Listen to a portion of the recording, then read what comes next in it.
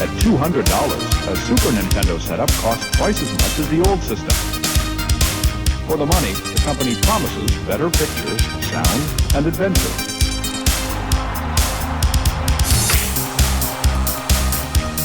Now you're playing with power, superpower. You're the king, I tell you! The king! Only for Super NES. Only on Super NES.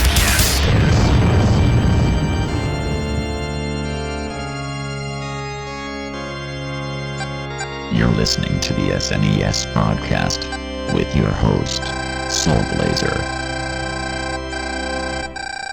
Hello, everybody. This is the Super NES podcast, episode number 261. These are your hosts, as always. I am Greg. He is Joe. Hello.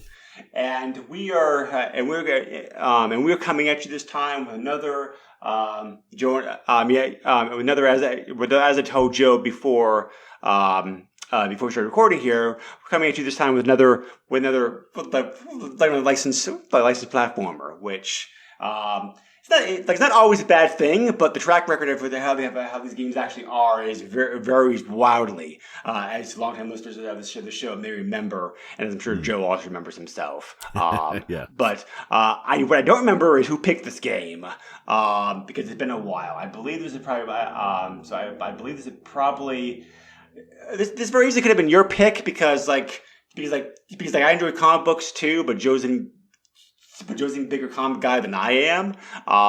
So I don't remember which one of us picked at this point. But anyway. So, spoiler, this was one of the games of the games that suck, and we were just going to compile into a group.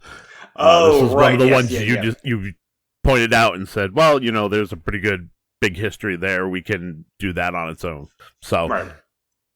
Well, that's where this comes from. Spoiler. Okay. Yep. So we're covering these. So we're covering the incredible. So this episode, we're looking at the Incredible Hulk. So I wouldn't say it's a big history, but there is some interesting development history to it, and also because it's licensed to a comic book property, there's also that tie-in, that connection that makes for a little bit more material. I thought this game was better deserving of a separate look on its own as opposed to being lumped into that grouping because. And there were other games too coming up. Spoiler, which we, or more probably I, made this decision with and talked Joe into covering on its own too, because I also felt there was at least not meat there to get its own episode. So we don't care too much about length, but we do aim for at least 45 minutes on these podcasts, and I think that's doable with this episode for sure. So, I never played this game before. Joe, did you have any history at all with this game? Yeah, I had this game for the Sega Genesis. Okay, yep. So let me just say, so this is actually as a way of giving you a little bit of background here, tying what Joe was just saying. Not only was this game released on multiple platforms, which was common for games of this time period, but it actually came out for several platforms and no changes between the platforms apparently, which was not unheard of, but uncommon during this time period. I mean, nowadays you see games get straight ported across no issues. But at least, especially back in the 90s, it was common to do some kind of changing or tweaking for the game because it had to be done for Super NES versus Genesis or whatever. We've covered numerous games over the years where this happened to. Sunset Riders being probably being our most recent example of that. But no, from what I saw and from looking at the games on YouTube, they're all pretty much the same across all the platforms, which is kind of different. But the game came out not only for Super NES and Genesis, but also came out for the Mega Drive and the Game Gear as well. So they're pretty much. The only thing this game's missing is a PC port, which it very well could have had a PC port because in some ways it does feel very PC-ish, and there's a reason for that, which we'll get into here later on. But anyway, so did you play Genesis version a lot, Joe? Did you remember that version very well coming to this, or did you pretty much forget about it? Did I play the game a lot? I did. Did I necessarily enjoy it? No. This was, back then we were lucky to get a game for our birthday or for Christmas, maybe multiple games. This was a misstep by my grandmother. She knew that I liked comic books and I was big into superheroes, and this was probably on sale at the time. So I ended up getting it, and, it was the only game I had for a while. That was new. So, of course, I played it. But I never got very far in it. So, and, we'll talk about that as we talk about the game. Right. So, anyway, so the game actually has a somewhat interesting development history.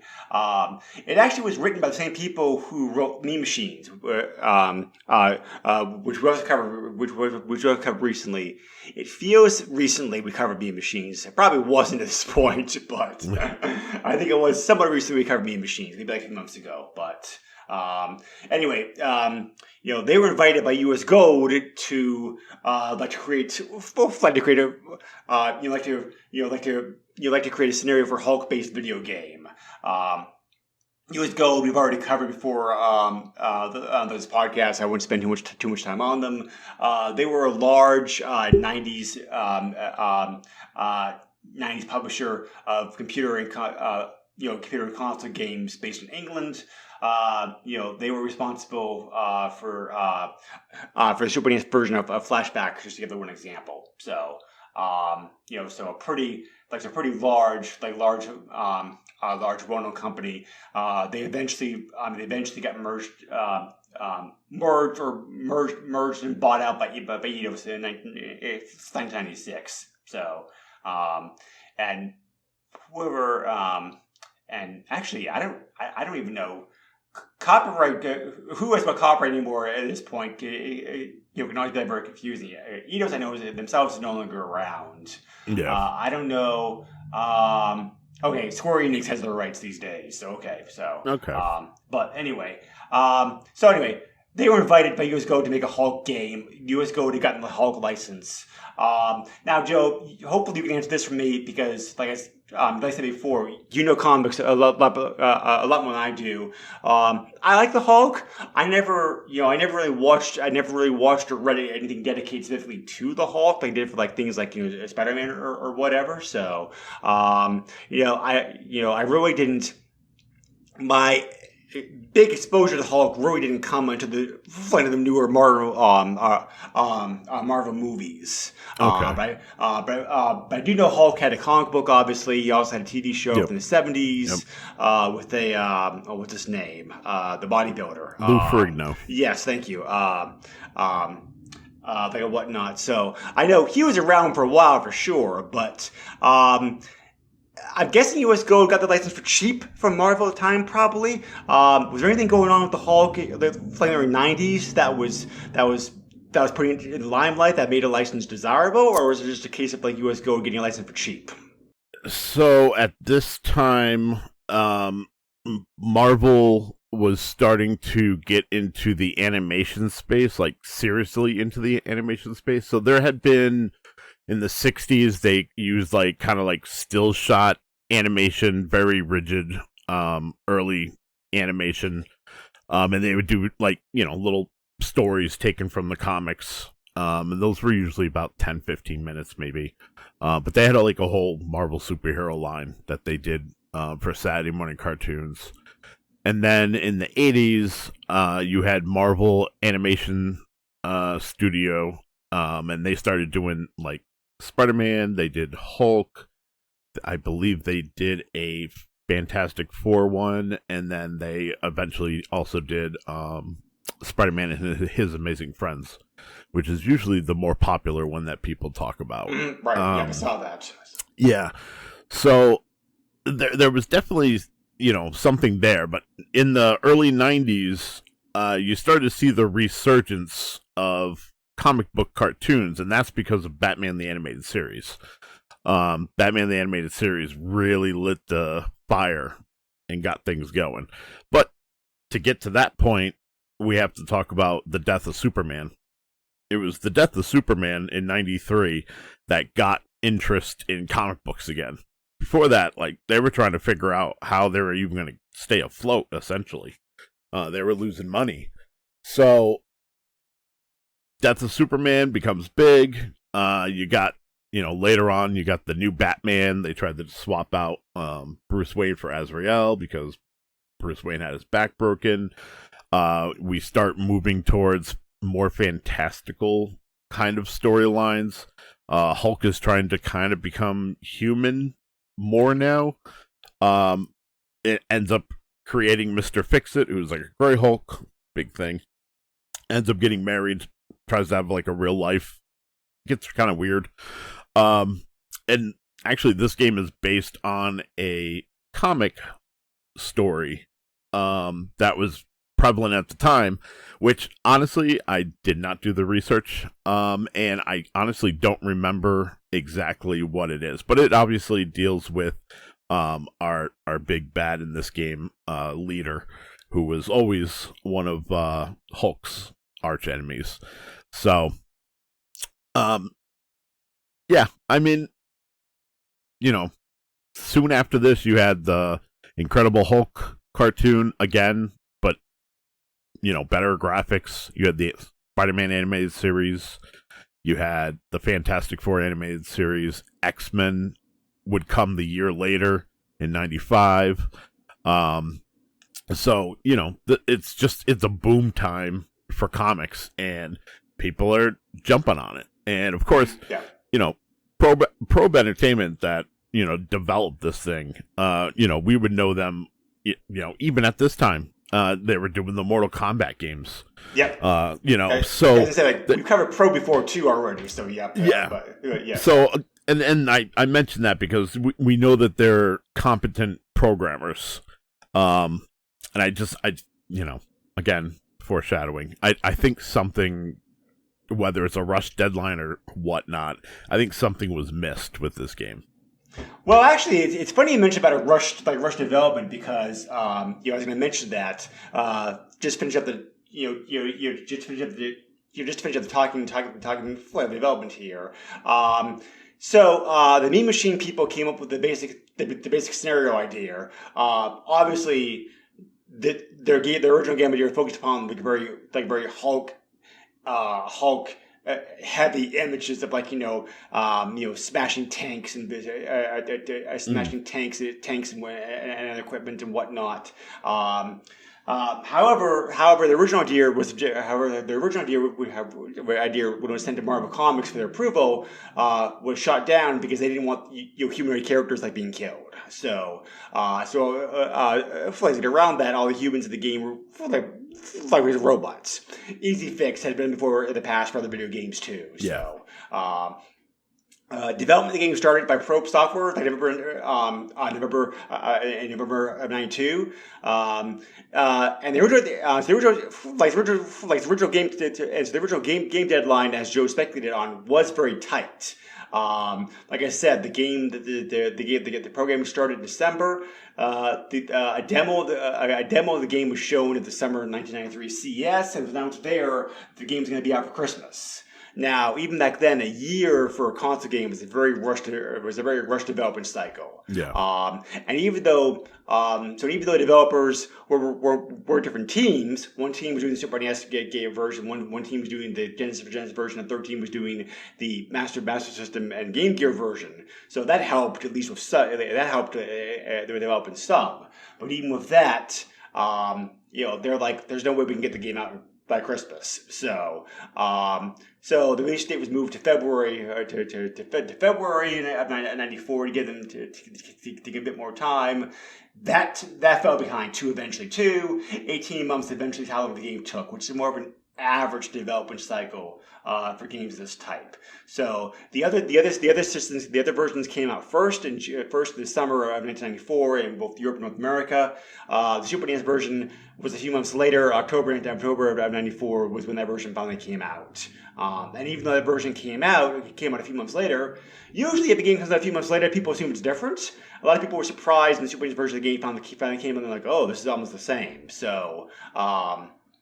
probably didn't help things either, unfortunately. So, so yes, the game. So, so I can't speak about the budget. The budget seems fine because like US Gold was a pretty like big publisher of the time period. So, and Probe was, as Joe mentioned, was a pretty good development house themselves. So, I'm sure the rush development cycle and the fact they're told to make the game the same for all flavors certainly impacted the development too. Which is again, it's a problem that happened a lot back then. Which thank God we really don't see anymore these days. But it's like it was always a damn if you don't back then. If you had a system, the system was more powerful than another system. And you wanted to develop a game for both. Do you have the same game look and play the same on both systems and have people complain the better hardware that the game sucks because it's not taking advantage of it? Yeah. Or do you cater the game to each system's strengths, and then if people complain the game's not the same? Companies have done both. Either way, people blast them for it. So, they're I can't put too much fault in Probe's decision to do this for all flavors because it's like there's a trade-off either way. So, that said, this was one of the more uncommon cases where it's like. Except for the graphics, the music, and the controls being a little bit different Super NES by necessity because that system's differences. This is one of the few cases with Genesis Super NES games pretty much play the same. So the Master System, of course, was on its last legs in '94 in the U.S. But the Master System was still selling very well in Brazil and Europe. So so that's why the game was. The games made that system as well too. Yeah, and also, most people know this now. Like, a lot of the Master System games that came out at this time were essentially ported over to the Game Gear easily. So it was easier to make the... That's why I'm saying people worked both systems to So it's easier to make it for the Master System and then, just close that window up. Kind of like what they did with the Game Boy, where they would make a game and then just kind of, you got a smaller viewing window. Right. But, yeah. So anyway, that's the development cycle. Joe already mentioned, the main nemesis, the Hulk faces off like this game is the leader. There's 5 levels, pretty basic gameplay going through them that you've seen before, like on the platformers. There's another comic book character who also makes an appearance. Well, I think he came from the comic books originally. The Abomination is also your mini boss you face off several times in the game. So Abomination is like the Hulk's ultimate nemesis because he's essentially the Hulk. It just the mutation took differently and made him more of a hideous creature.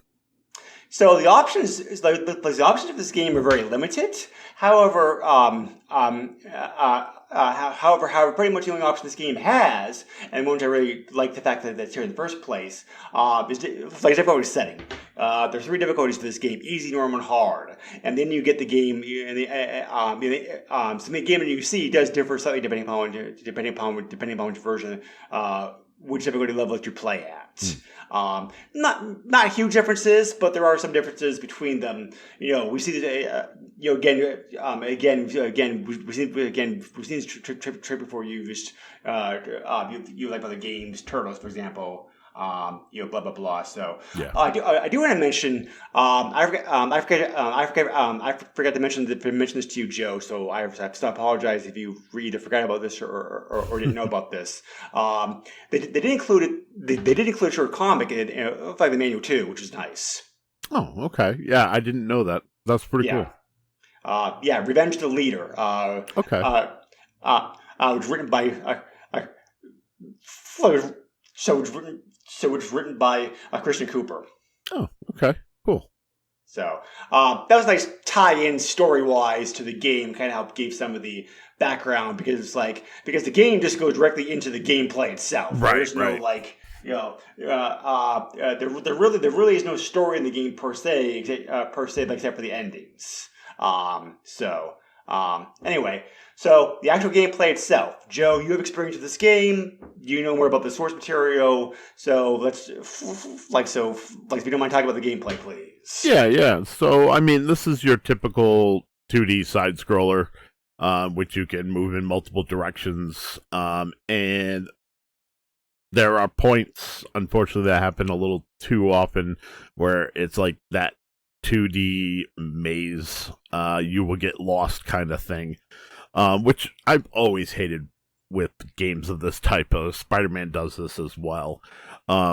That'll be fun when we finally cover those games. But yeah, Hulk essentially has a wide array of attacks at his disposal. But a lot of the best attacks he does, like the super headbutt, like the clapping of the hands, and like a forceful stomp, he has to be at full health to be able to do these.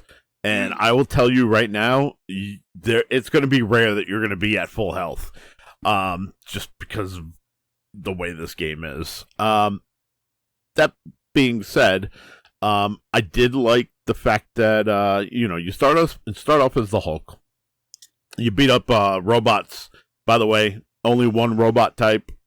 It varies by color here and there, but essentially it's monotonous. You're gonna get the same enemies over and over again. Another dink on this game.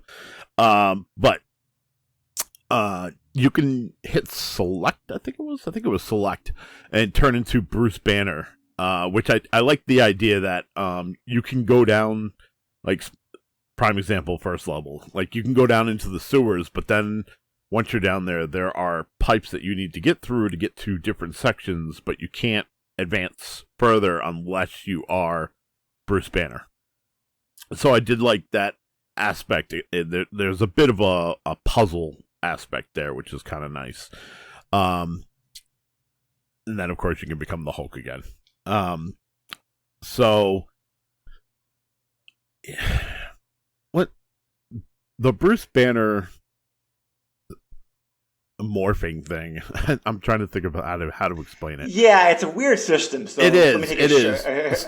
And yes, I'll take a shot at it. So, there's 4 states basically of like being, I guess you could say, that like that Bruce / the Hulk can be in. So from weakest to strongest, you've got your human side, Bruce Banner. Then you also have the Hulk form, the Super Hulk form, and the Hulk out form. Yeah. So what state you're in, I think you're in, like, determined by what's called the gamma, which is obviously like gamma radiation because that's what triggers in the first place. This also doubles as your health. So what you can do depends upon what basically mode you're in. You start out the game off Super Hulk mode. Because gamma doubles as health, taking attacks causes it to drop. If the gamma meter drops below 40%, like go back. You go down to like regular Hulk mode. Yeah. If you go below 5%, you transform into Banner. Which sucks because you'll be the only way that you can attack, like, is with a gun with 2 shots. Yeah. And you can't take any kind of damage in this form either without dying, which makes sense because he's just a wimpy human in this form. And as Joe said, there are points in the game we have to go into Banner to solve puzzles or whatever. However, basically, if you pretty much going into Banner without planning on it is pretty much an invitation to death. So you really got to be careful, like, about your gammas, gamma as you go through the game. Gamma capsules are found every now and then, which give you health and in the form of gamma. If your gamma meter increases 70%, that will turn Banner back into Hulk. But however, the final form, the Hulk out form, That's not termed by Gamma, but that's termed by different power up called mega capsules. Yeah. And this form basically is what it sounds like. He's very he's been more powerful and destructive than what he usually is. Yeah. There's also special transformation capsules that allow the Hulk to transform into Banner without losing Gamma, which you use to like the puzzles things. And then finally of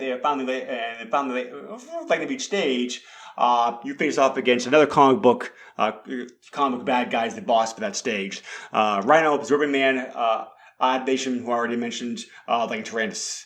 So before that faced the leader, like stage 5 to beat the game. So yeah. The power system in this game is both unique and confusing at the same time. It takes me getting used to. I don't love it, but I do think that. But I do think the writers were faced with a challenge of which is the same problem Superman writers have also faced in trying to make Superman video games. How do you depict someone how do you depict someone so powerful in a video game while making it fun at the same time? It's not easy. It was not an easy thing to do, which is why I always like. I get people who make Superman. I get people who make Superman Hulk games some credit because that's not an easy thing to work with. I mean, Spider-Man at least he's more human in many ways than those other people. So his video game transitions have worked pretty well overall, I thought. But with somebody like so powerful as the Hulk, Superman, and whatever, that's a much harder bridge to build. So the writers the game writers, I felt did an okay job, I think, in balancing this out. I mean, it works. You get the hang of it. It's fine. Do I love it? No, but with But I can think of 10 ways easily this whole sequence could have been worse. So I do appreciate them. And 4 forms is kind of cool. I will give it that. I do appreciate the fact that I do like the fact I do like the fact the game does make you go into banner form every now and then for and whatnot. So that's pretty cool. So and we'll get to graphics here in a bit, but it's like the Hulk looks pretty cool. He's big, he's strong looking. The sprite work in this game is great. So that helps sell the whole me tough, big, strong, big guy kind of thing that the games try to portray with you anyway. So. I went off of that a bit longer than I intended, but hopefully that helps some. No, that's okay. So, Hulk being nearly invulnerable, you'd think that could make a decent game. And like you said, you have the 4 different stages and whatnot. So I found myself, and this sounds horrible, but it's true. I found myself jumping past the enemies most of the time when that was an option, rather than fighting them just because I was able to keep my health. So, I put in my notes combat is awful. Awful is kind of a bad description of it. What happens is basically your health gets chipped away because these robots can fire off screen. So you have constant barrage of projectiles coming at you, and you're going to take hits. There's no getting around it. It's just unfortunate, in my opinion. The other thing for me was the different punches, throws, and stomps that you can do. It just feels like there's no weight behind them. Like you were saying, the sprite work is great. Hulk looks amazing. They did a really good job with that. But I feel like every time, I have to punch a robot 3 or 4 times to get it to, blow up, or, do the headbutt 1 or 2 times to get it to blow up. It just didn't feel like I was the Hulk. And I guess that's the best way to explain it. Overall, I didn't feel quite as strong about that as you did, but I do agree with you for the most part. Combat, we will get into combat later on here the reception. Spoiler, you're not the person to feel that way.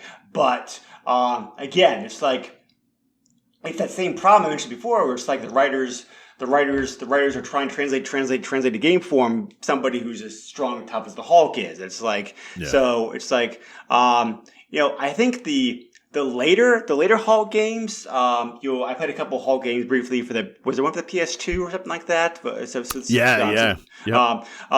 Those games I think did combat better, I thought, because the scale in those games is much bigger because you're bigger. Where it's like this game, limitations of the hardware at the time. I get that. They did the best they could with what they had to work with. It's like, but it's like, it's like.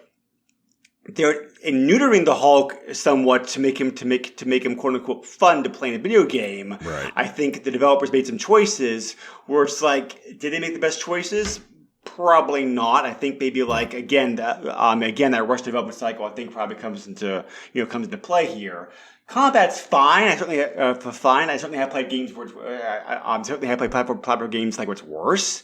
But it does feel like it feels like you're playing the Hulk most of the game. At least I'll give it that much. It feels like even though your moves are very limited, you still feel like you're using you're still getting the sense that you sense that you're the Hulk. Yeah. It's limited. Limited. It's like to give a more modern example with the modern Spider-Man games. You really feel like you're Spider-Man in those games because they translate Spider-Man's moves and abilities to the game so well. With this game, you have some of his moves, but it's like, does the Hulk even really have a trademark move or whatnot? So it's like just that thunderclap that he does. That's it. Yeah. Yeah, so it's like, again, what they could do with that game, it's kind of limited. So it's like the developers made some design choices here. It's like, were the best design choices? No, but I have played worse. So I mean, it's like combat. It may sound very unflattering. Like I say, combat is fine, but really, when we have played games where combat's much worse than fine, yes, yeah, at least it's passable. Yeah. You can't get used to it. And like I said, the variety, like 4 different states do help somewhat. The boss fights, however, I thought they were very well done. I enjoy those. Yeah, absolutely. I think boss fights are the highlight of the game outside of the graphics for sure. Yeah. So let's go back to graphics. The graphics a little bit. We already mentioned the graphics. The graphics are very good. They're a little bit comic book style. I wouldn't really say they're totally comic book style. But they definitely, the graphics do look very comic book inspired, for sure at least. Mm-hmm. So, like we said, the Hulk enemies are all very large, well defined. Scope of scale here is good. My one complaint about the graphics is that, because the Hulk's so big, and I get making him big because because after all, he's like a big guy. It's like, I don't know, like canonically, Joe, how big is the Hulk? 7 feet probably or something like that. But I mean, he's probably a little bit bigger than that. But yeah. I mean, essentially, you're looking at like an 8 foot, 5 foot wide being in front of you. So the game does a good job translating. The game does a good job translating that size to the game. My one complaint with this is that unfortunately, because of that, it makes everything else in the game feel pretty small, and the game feels cramped as a result of that. Yeah.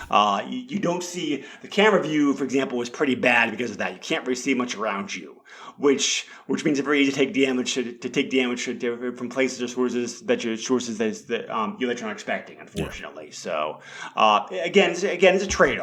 It's like it's not the end of the world.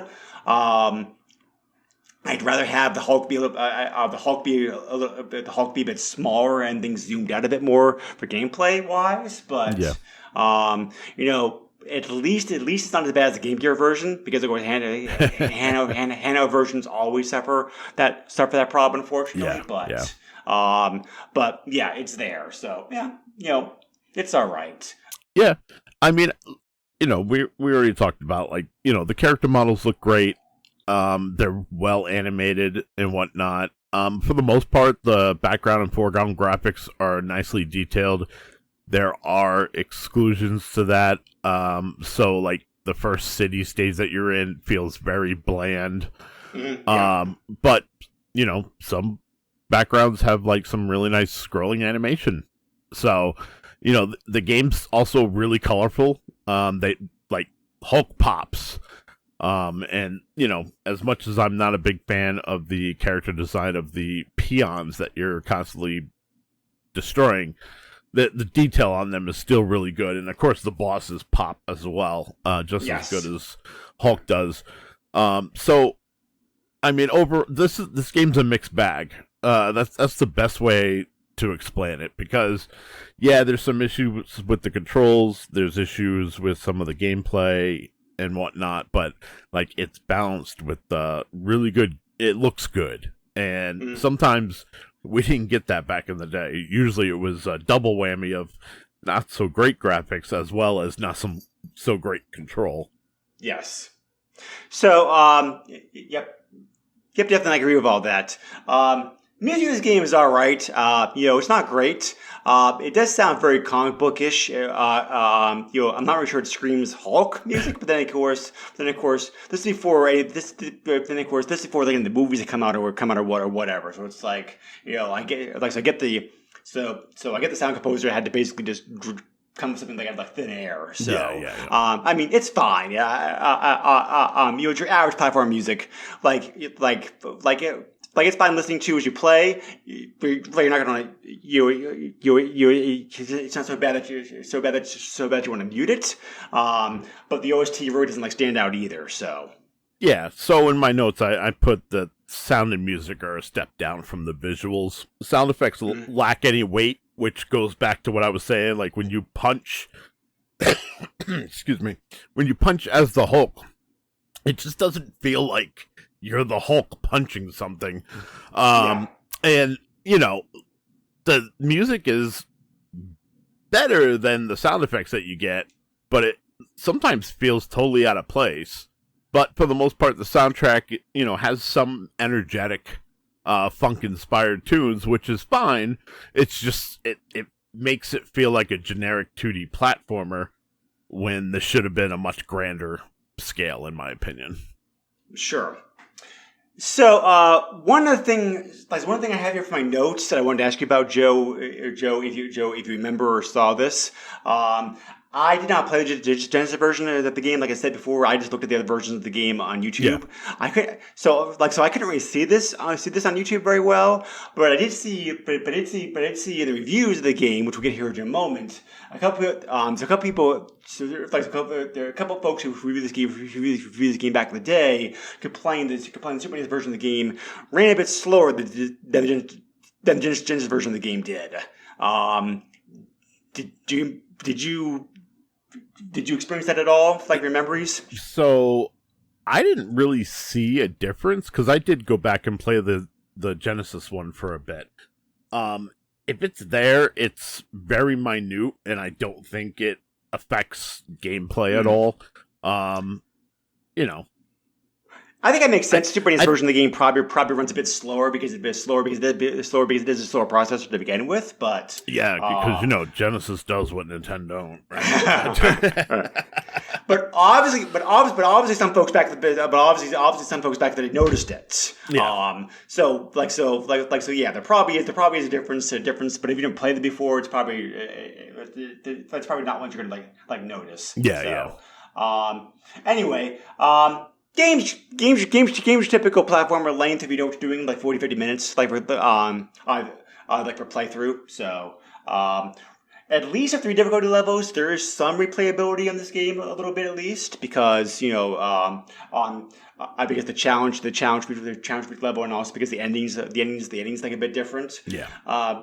Basically what happens to the leader at the end basically changes a little bit depending on the ending. For the best ending, you need to beat this like on hard level. Mm-hmm. Because I was just I played it. I played the normal for the podcast. It was an okay challenge. Like we said before, I think most difficult of this game is that it's handicapped onto you because of the whole gamma system that they use. Yeah. The actual gameplay itself, outside of that, not too hard. I think the bosses do give kind of a challenge sometimes, which I appreciate. But yeah, just kind of like death by 1,000 pinpricks, unfortunately, with like a lot of the stages. The stages you do with all the enemies, and like Joe said, yeah, running if you can, running or dodging for the enemies moving on is certainly a very viable option because not only help with time, but also helps you like your energy.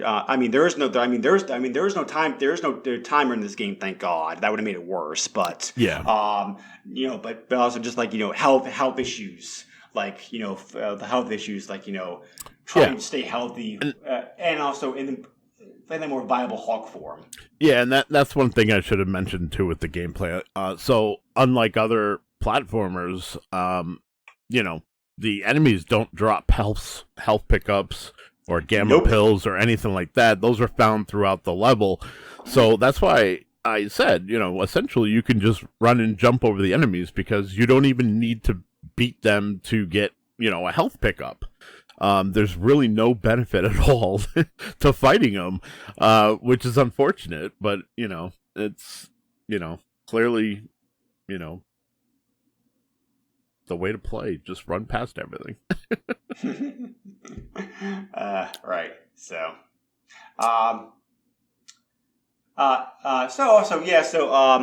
and also, one last note. I mentioned before how comic book writer Christian Cooper was involved in writing the comic that created the manual. Glenn Farby also did the cover art like the game as well too. Oh, okay. So, which is the same, across like all four versions. Yeah, yeah. So, but anyway, So, as you probably guessed from us talking about this game, our reception of this game was pretty mixed. We are far from alone in feeling that way because reviews of this game, both back then and modern reviews, are also very mixed about this game. Yeah. So, pretty much the same reasons we already mentioned. Mentioned here. So a lot of folks liked the variety of fighting modes that was given, fighting moves that were given to you in this game. But like Joe said, they didn't feel combat was very the combat they felt kind of lacking. For the reason we were talking about, it's like they give the Hulk a good variety of combat moves without really the best way to use them in a video game. If that makes sense. Yeah. So that was like a comment on it a lot. We haven't talked about the controls very much. The controls were commented on by a lot of people as being like slow and imprecise with difficulty in making jumps. I can agree with that. They weren't horrible controls. Again, I played worse. Right. But the slowness just felt appropriate because everything else in the game just felt slow to me. So it's like the fact that the controls were slow didn't really set an alarm bell up in my head. Yeah. It's like the whole gameplay was very fast paced and the controls still felt slow. That would have been like, okay, red flag right here. Right, but because everything else is so slow and plodding, I didn't really mind too much. Jumps, however, I agree with. Jumps can't be a challenge to make sometimes. Right. We already talked about combat being tedious and somewhat boring. A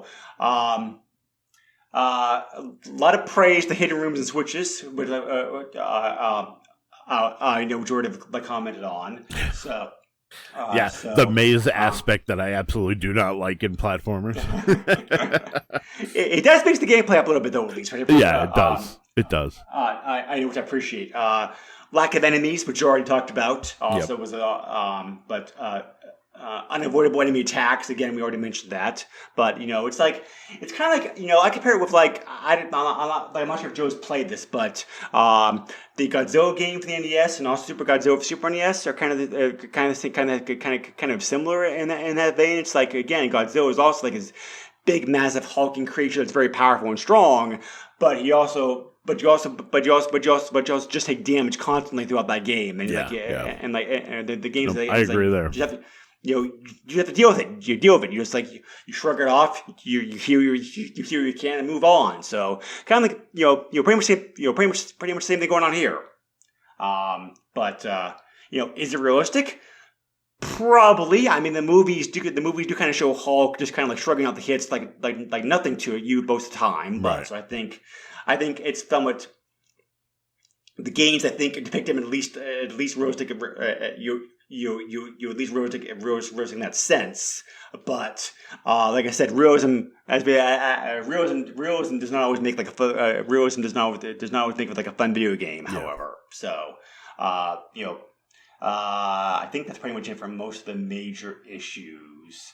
A couple of diehard comic book fans really complained. They really complained how the game didn't deviated from the source material so much, which I really didn't have the experience or knowledge to really pick up on. But I'm also like, it's a Super NES video game in a very rushed development cycle. What do you expect? So I was okay with that.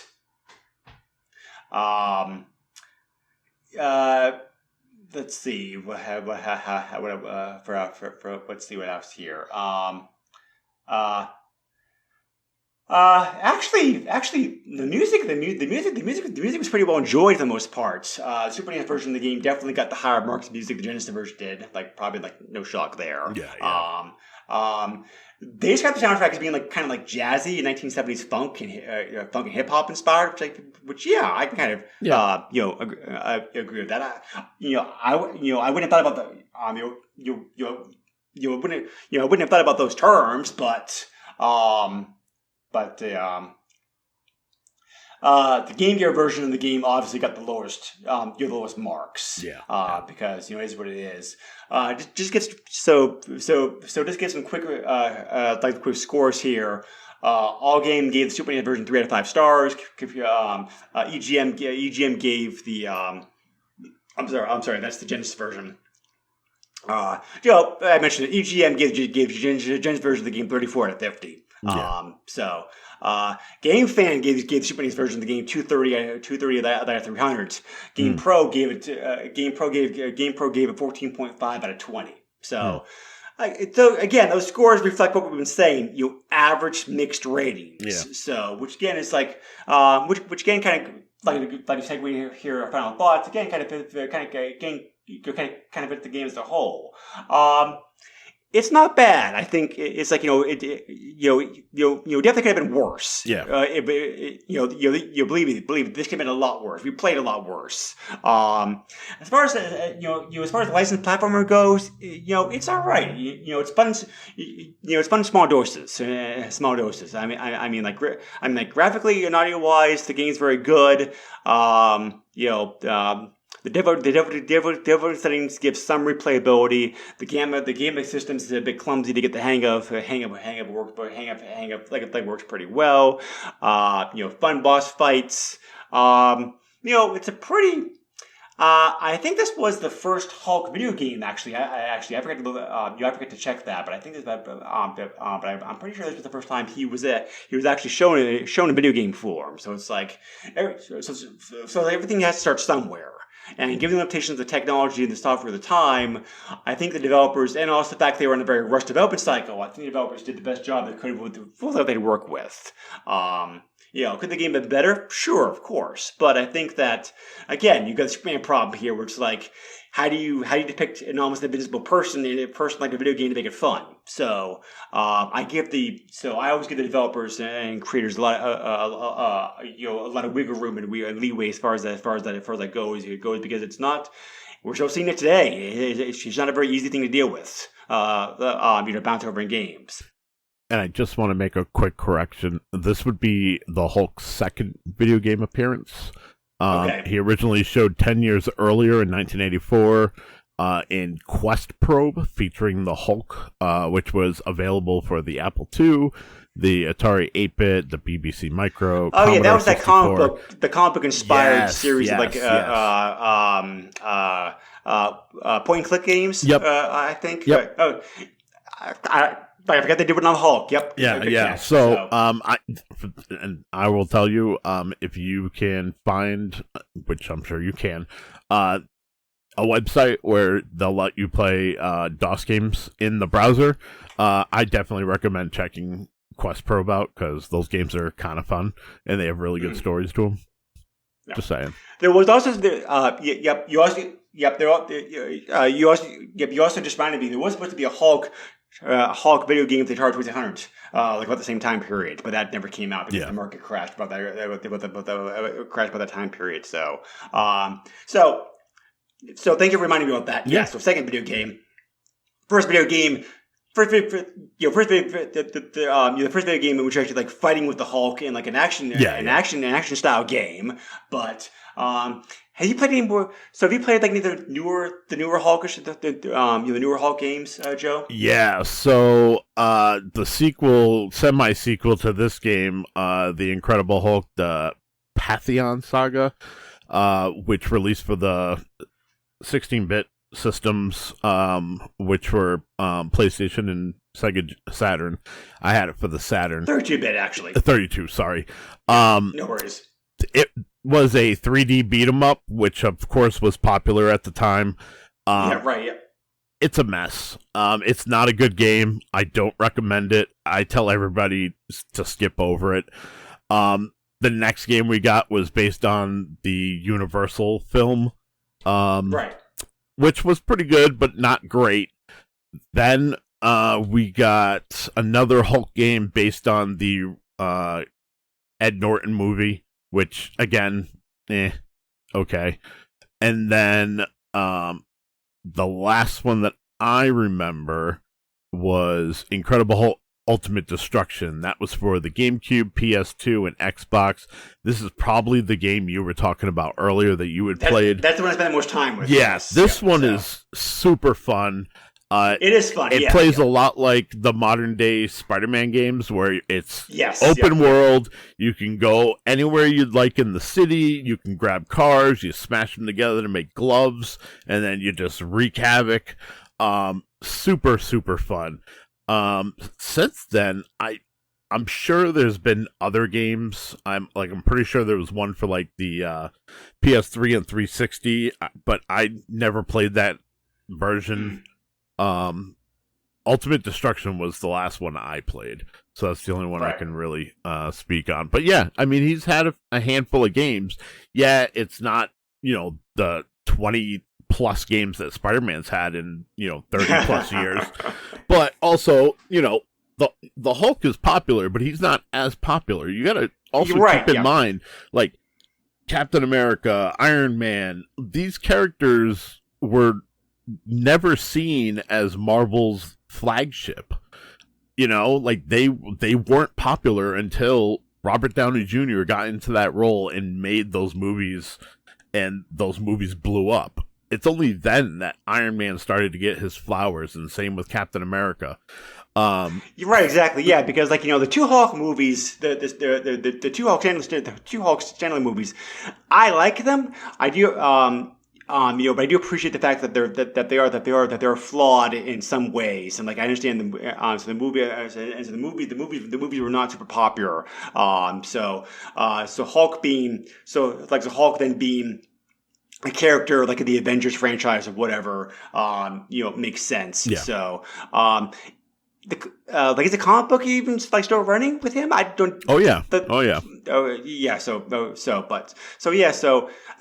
he's popular, but you just said he's more popular now than he was probably. But he's not that same. He's a tier character, but I'd say he's more like borderline A tier character as far as the Marvel roster of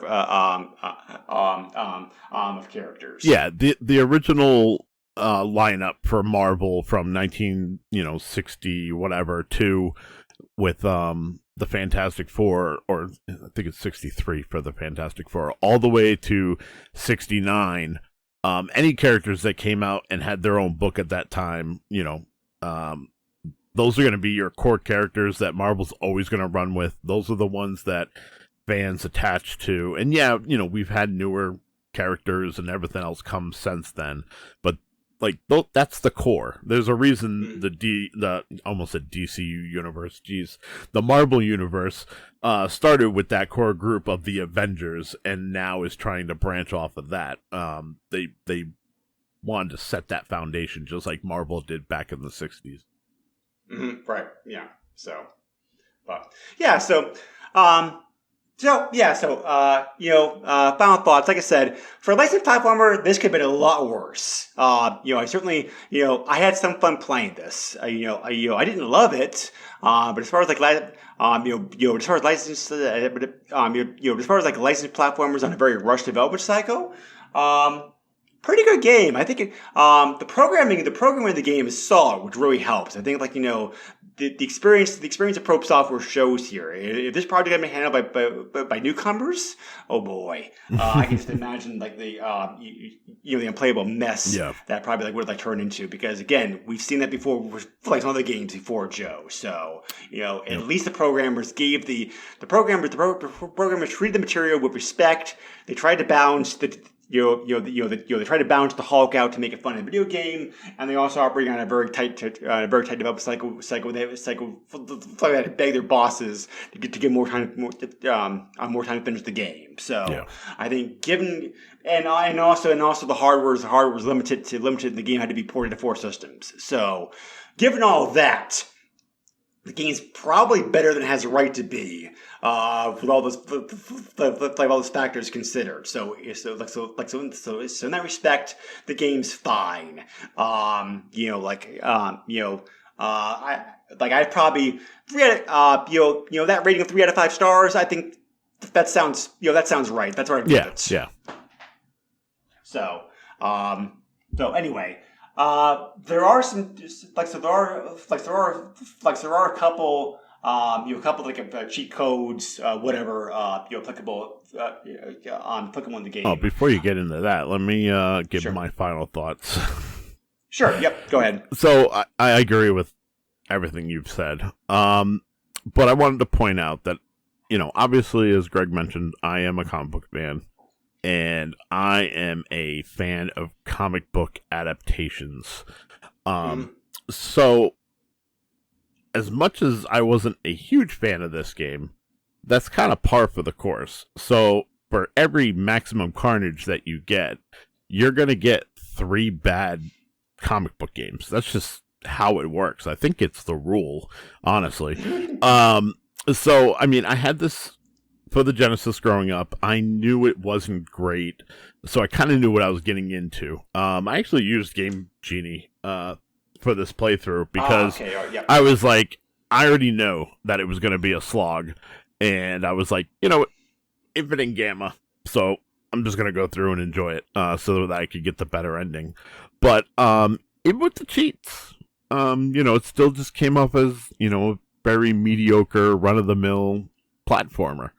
Now, considering Probe's track record, Probe is just as hit or miss as anybody else. So, was this bad? Yeah, as an adaptation for the Hulk, yeah, it passes. But as a Probe game, this was no Rise of Robots, and this was no Batman Forever. So, in that sense, it's a good game. So, yeah, I think if you have a passing interest in superhero games, you should definitely give this a shot. Yeah, but know what know what you're getting into.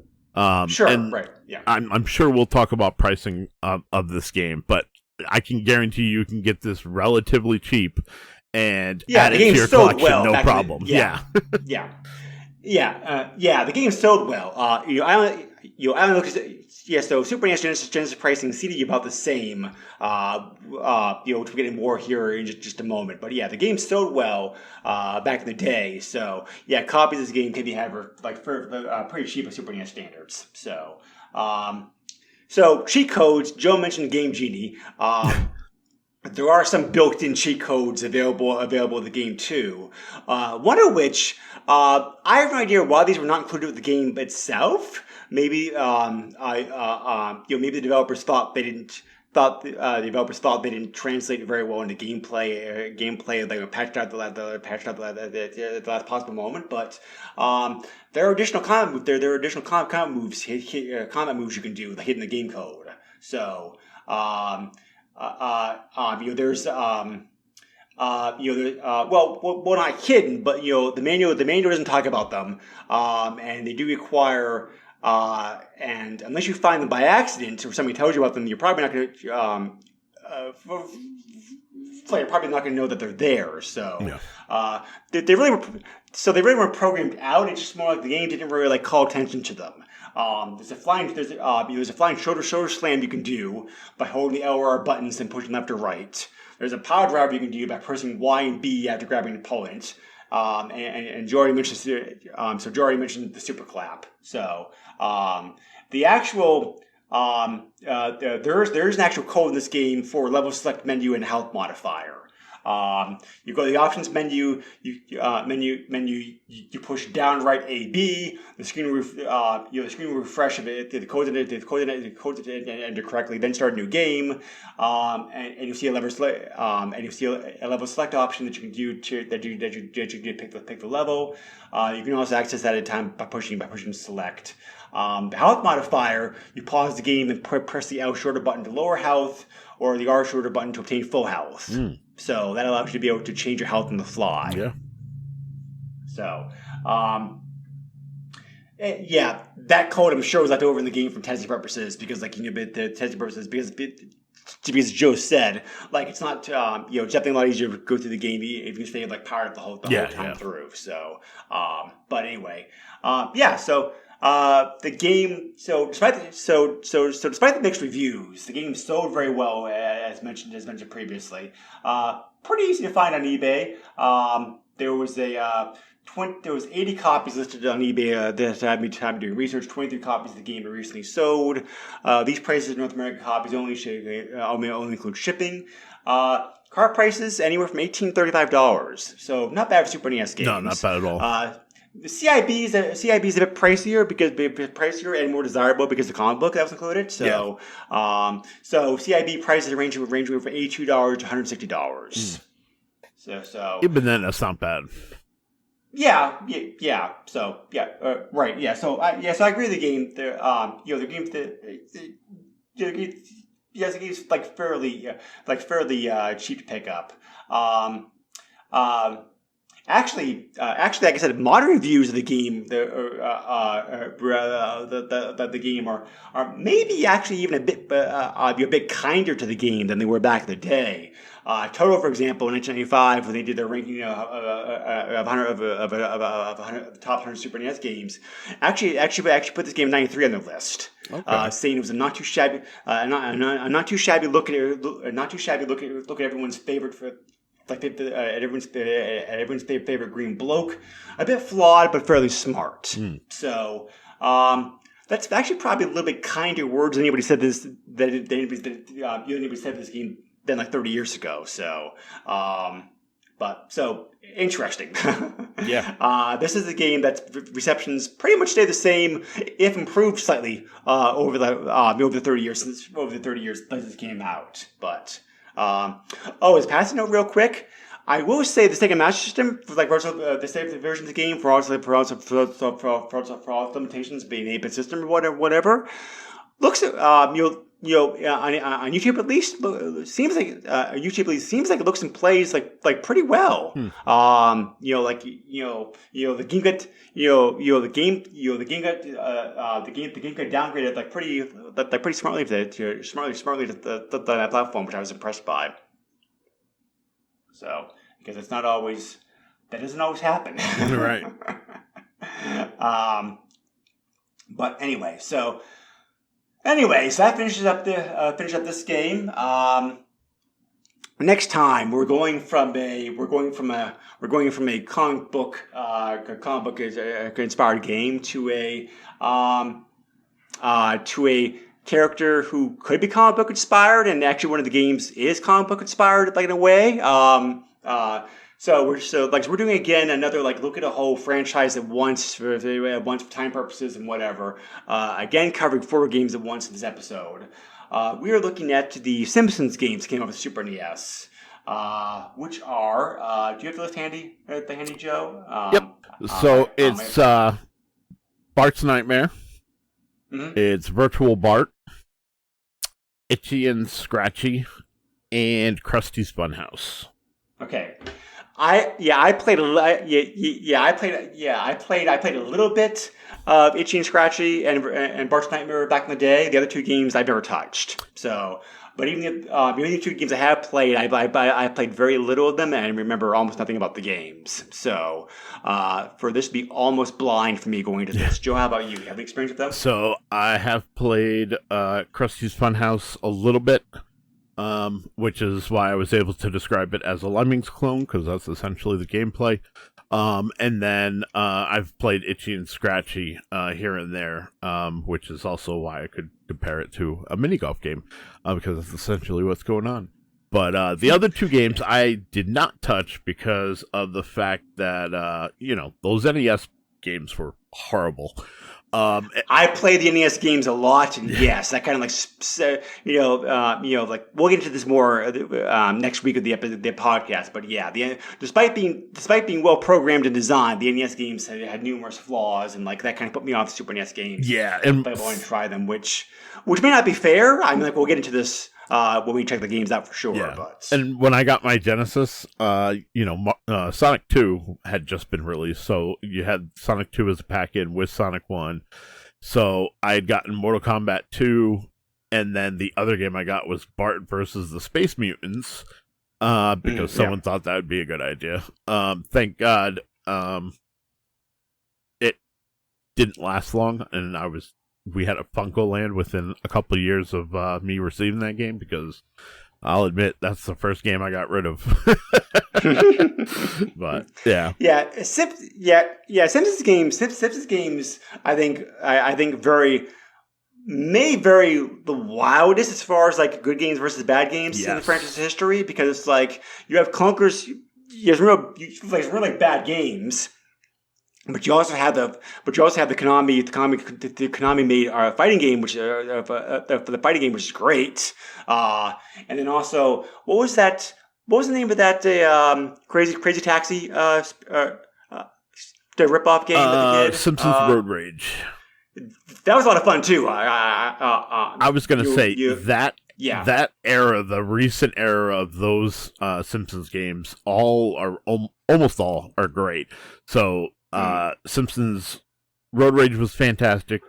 Simpsons Hit and Run, which is like a GTA clone, was fantastic. Yep, that also. Yep, that was also a good game. Yep. But then they made a misstep with, the Simpsons skateboarding. That was horrible. Controls were bad. But then they had the platforming games for the Simpsons movie, and depending on the system, so. This is cool. They had different box art per whatever system it came out on, and the game was different based on whatever system it came out on. Right. And at that time, it was Game Boy. Not Game Boy. Nintendo DS, PSP, PS2, Xbox 360, PS3. So 5. Different versions, but no GameCube. Of that game. Huh, it's crazy. GameCube was. I think GameCube was pretty much passed on at that time. Oh, Wii. Wii is the other version. I knew there were 6 versions. I couldn't think of it. And as soon as you said no GameCube, I was like, oh yeah, that's why, because it's the Wii. So yeah. And honestly, like they did a good job incorporating the motion controls in the Wii version. But Okay. All right. Well. All right, there's a nice bonus teaser for what we're going to talk about next episode. So as I mentioned briefly, we're going to get back on schedule here. We are going to be recording that episode next week. Next week that's in 2 weeks, which means Joe and I are going to do some very frantic rushed gameplay here. But that's fine. Yeah. So anyway. We'll be doing that next time. So, as always, we appreciate you being with us. questions, comments, feedback, suggestions, whatever can be on the Facebook group, or you can also send me an email directly to the SNES podcast yahoo.com. Joe, how about you? You can find me on Twitter. It'll always be Twitter at JOESUX30. You can also find me on my very public Facebook. Not family friendly, definitely not work friendly. Make sure you're using the internet responsibly. Also, I do the Radical Retro Roundup, which again, eventually a new episode's coming out. I still have to contact George for that. So it's happening. It's just slowly happening. So that's fine. I understand. Yep. So. Alrighty, sounds good. As always, thank you for listening. Thank you for giving us 5 years a day, and thank you again, as always, for being here, Joe. Of course. We'll see you again next time. Take care, everybody. Be safe. Later. Bye. Nintendo controls 80% of the video market. But no matter how you play the game, or which game you play, things definitely have come a long way since Pac-Man. Now you're playing with power. Super power.